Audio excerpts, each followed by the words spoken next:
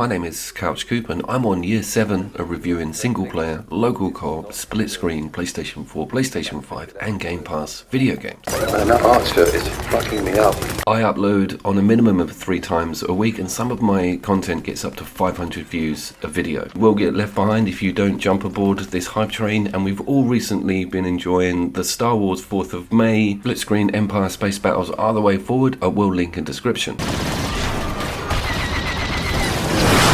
Gears of War 4 is a Microsoft exclusive that came out in 2016. Now when you're looking at these graphics, don't be all like, brother, what's that? When valiant comes. There's a couple of reasons why I've put this video together. Gears of War 4, or Gears 4, has never been on my channel, but it's also a system exclusive. But Game Pass has pushed it out and it is available on PC. That brings me over to the second reason. Diablo 4 and Forza, the newest, Forza 8, here's the biggest blow. None of the Halo games in that package, the Anniversary, ODST, none of them reach Halo 3, Halo 4. They all have their split screen or local co-op removed just for the PC versions. It's unforgivable. Understood, Control. On the micro removal front with the Gears series, you cannot play the Horde mode in local co-op full stop on PC. Now that might be different for the Xbox console versions. Please give me some comments on that. And if you're a big Gears fan, you know that's a major area of the franchise, and some people just play the Horde, never go to that campaign. Third reason is, my god, if you're watching this in the future, it's 2024, it's May, and Microsoft is in the biggest tiz. Phil Spencer has made some quite bad financial decisions and some major studios have been closed. It's not looking good for them at the moment. I'm pretty sure they'll come out of this one. Bill Gates has got a lot of money. What have Microsoft's problems got to do with any of this? Well, it could move over to being multi-platform. Hi-Fi Rush did. Some other major Microsoft IPs have been rumoured to, and Gears is on that list. None of this is confirmed, but playing a Gears game on a PlayStation 5 would be damn good. Enough foolishness. You're coming with us. Doing that thing where he just blabbers on, doesn't show the local. Okay, right, we've got some split screen. Now, I had a little bit of a palpitation because you can change it to vertical in options. What is your preference with vertical and horizontal? Some shooters, I do enjoy that vertical. Racing, don't mind the horizontal. It's kind of preference with the game. It also depends on where the camera's positioned with the protagonist or the player. But more to the point, I want to make sure the options are there. If it's not, it makes me feel uncomfortable, like I'm locked into some sort of mode. It is there, but you do have to actually come straight out the game and back in. It will not do it on the fly, which again, second palpitation. Everyone get ready! Those DBs want to get at our people! They're gonna have to go through me!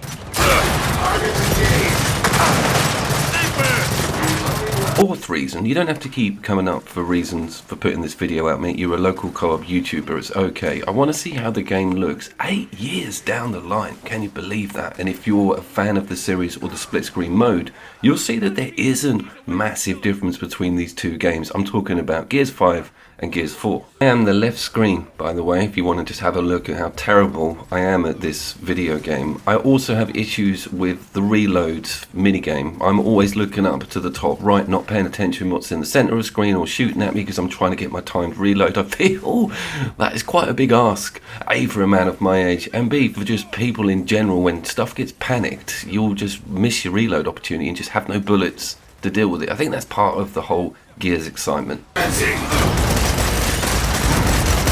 And sticking on the excitement topic, this one is no different to Gears 5. Absolutely excellent high-octane action. I know this is a bit cliche, but I look at the Gears as a bit of a remnant clone. It's the wrong way round because the Gears series has been around a lot longer than that. But this is the closest thing you'll get to a Remnant from the Ashes 2 experience with local co-op. Quite a strange dynamic because this game hasn't really changed its systems for a long time. Run defaults to the A button, which is very strange. You'll go for the clicking of the analog sticks. Pad layouts have evolved since this series started, and it's blatantly obvious when you look at those button positions.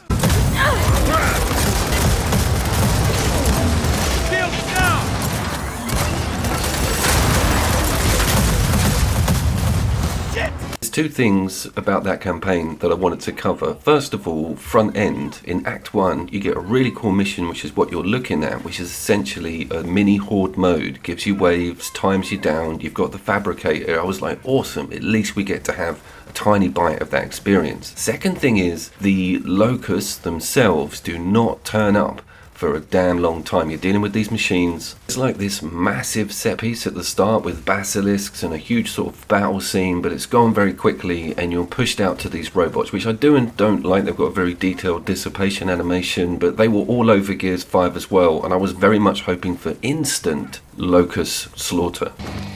I take it these are Jin's new toys. Yeah, we've been playing with them all day. Come on, follow me upstairs. Wait, what's upstairs? Family heirloom. The locations are pretty good. They're nice and varied. A little bit too much of a nighttime feel at the beginning here also, but you get to go to Marcus's house and it pushes loads of robots at you, like through the corridors, staircases, that sort of thing. And it also utilizes furniture everywhere. Dissipation on items within engine is also pretty good. Remember 2016. Now that brings me over to me about to show you Gears 5 in split screen. Now, some of you might want to sit down for this one. If you're a Sony fanboy and you've not been looking at this footage properly, please turn your phone onto landscape because this is a bit of a mind blower.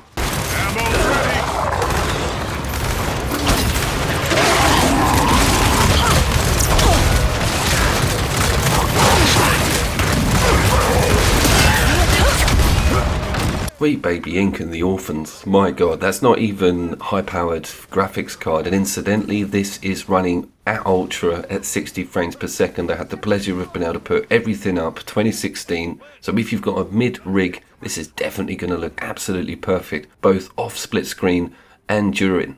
Trust me, you won't get away so easy this time. God damn it! I just tuned it up!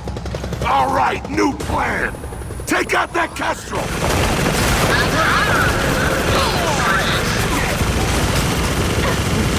Cutscenes run at 30 frames per second though, which can't be helped. I think that's just bog standard for a lot of this stuff. Regardless if you've got the power to run the game at 60, most cutscenes seem to always default to 30. Can you help me with that one in the comments? You know what game I forgot in my anti-local co-op PC rant at the beginning? Plants vs. Zombies, both of them, including that neighborhood warfare game. And that brings me to the shooter video that I put together, which is a list of all the local co-op shooters that are half decent. It's doing really well, and this isn't in it, but Gears 5 is. I will annotate and link that. PC owners, I totally feel your pain with this local co-op situation, but you've got two damn good Gears games, both available on Game Pass. That is totally a no-brainer if you want massive campaign action. You're talking 25 hours minimum on each of the games. Can you play anything else other than that campaign split screen within the content of Gears 4? The answer to that, I'm 90% sure, is no. I didn't attempt to take both of us online into a competitive game or anything like that. Some games do allow that. I remember the old CODs used to allow a guest to go online with you. You could play team deathmatch. As with all of this stuff, particularly with COD, we're just seeing a big withdrawal of local co-op content. Even the player count's gone from 4 to just 2 now on most Call of Duty games. And that also reflects gaming in general. Currently, we're having a bit of a dry patch creatively, and I've gone back to a lot of, particularly Arcane. We've had some bad news about their Austin Studios' previous games, stuff like Dishonored, stuff like Prey. I will link in description because that's a sweet spot for decent single-player content. Cease and desist immediately.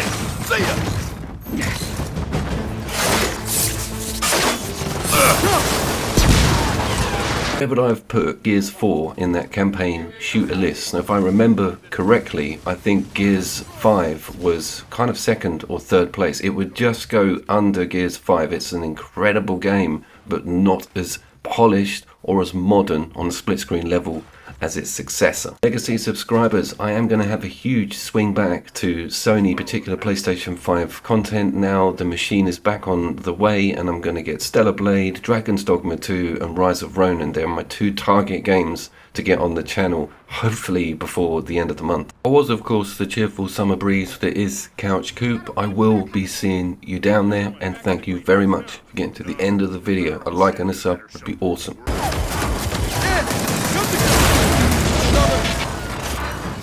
All right, through the greenhouse. Bye.